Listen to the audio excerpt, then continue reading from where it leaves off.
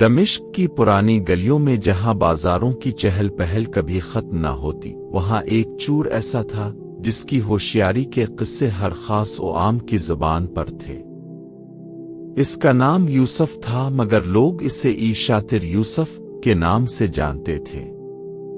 وہ چوری کے فن میں ایسا ماہر تھا کہ بڑے سے بڑا سوداگر بھی اس کی مکاری کا شکار ہوئے بغیر نہ رہ سکتا۔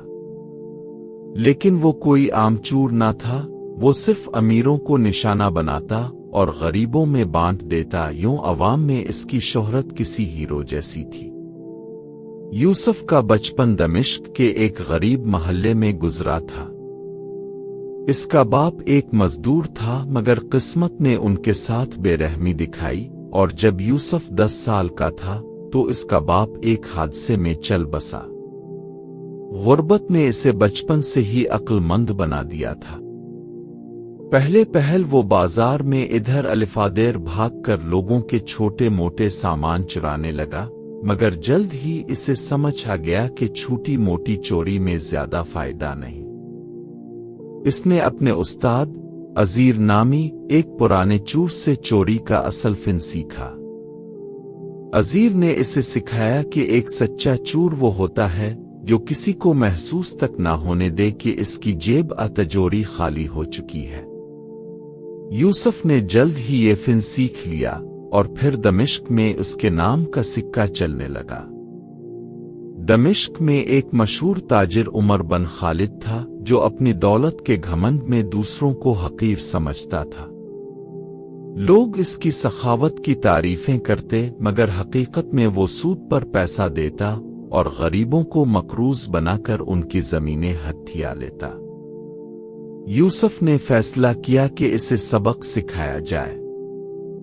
ایک رات جب چاند کی روشنی مدھم تھی، یوسف ایک سیاہ لبادہ اوڑے عمر بن خالد کے محل میں داخل ہوا۔ اس نے چوکیداروں کی نقل و حرکت کا پہلے ہی سے جائزہ لے رکھا تھا۔ وہ خاموشی سے عقبی دروازے سے اندر گھسا اور سیدھا اس کمرے کی طرف بڑھا جہاں خزانے کا صندوق رکھا تھا۔ صندوق کو توڑنا آسان نہ تھا، مگر یوسف جانتا تھا کہ ہر امیر آدمی کی ایک کمزوری ہوتی ہے، اس کا تکبر۔ عمر بن خالد اکثر محفل میں فخر سے کہتا تھا کہ اس کا خزانچی ہی اصل چابی رکھتا ہے، اور وہ ہمیشہ اسے اپنے قریب رکھتا ہے۔ یوسف نے چالاکی سے خزانچی کا پیچھا کیا اور ایک ہوشیاری سے اس کی چابی چرا لی۔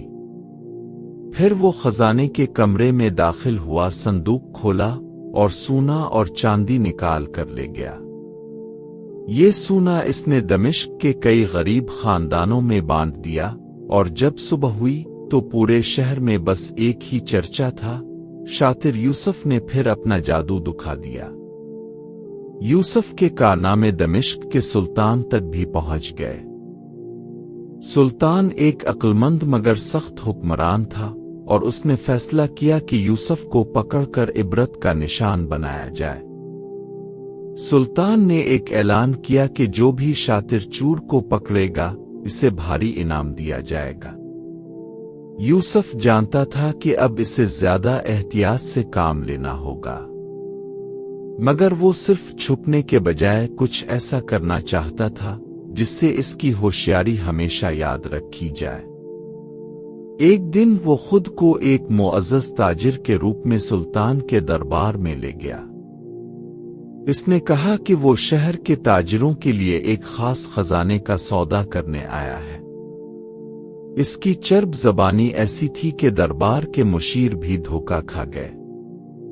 یوسف نے موقع دیکھ کر سلطان کے ذاتی خزانچی سے محل کے خفیہ راستوں کی معلومات لے لی۔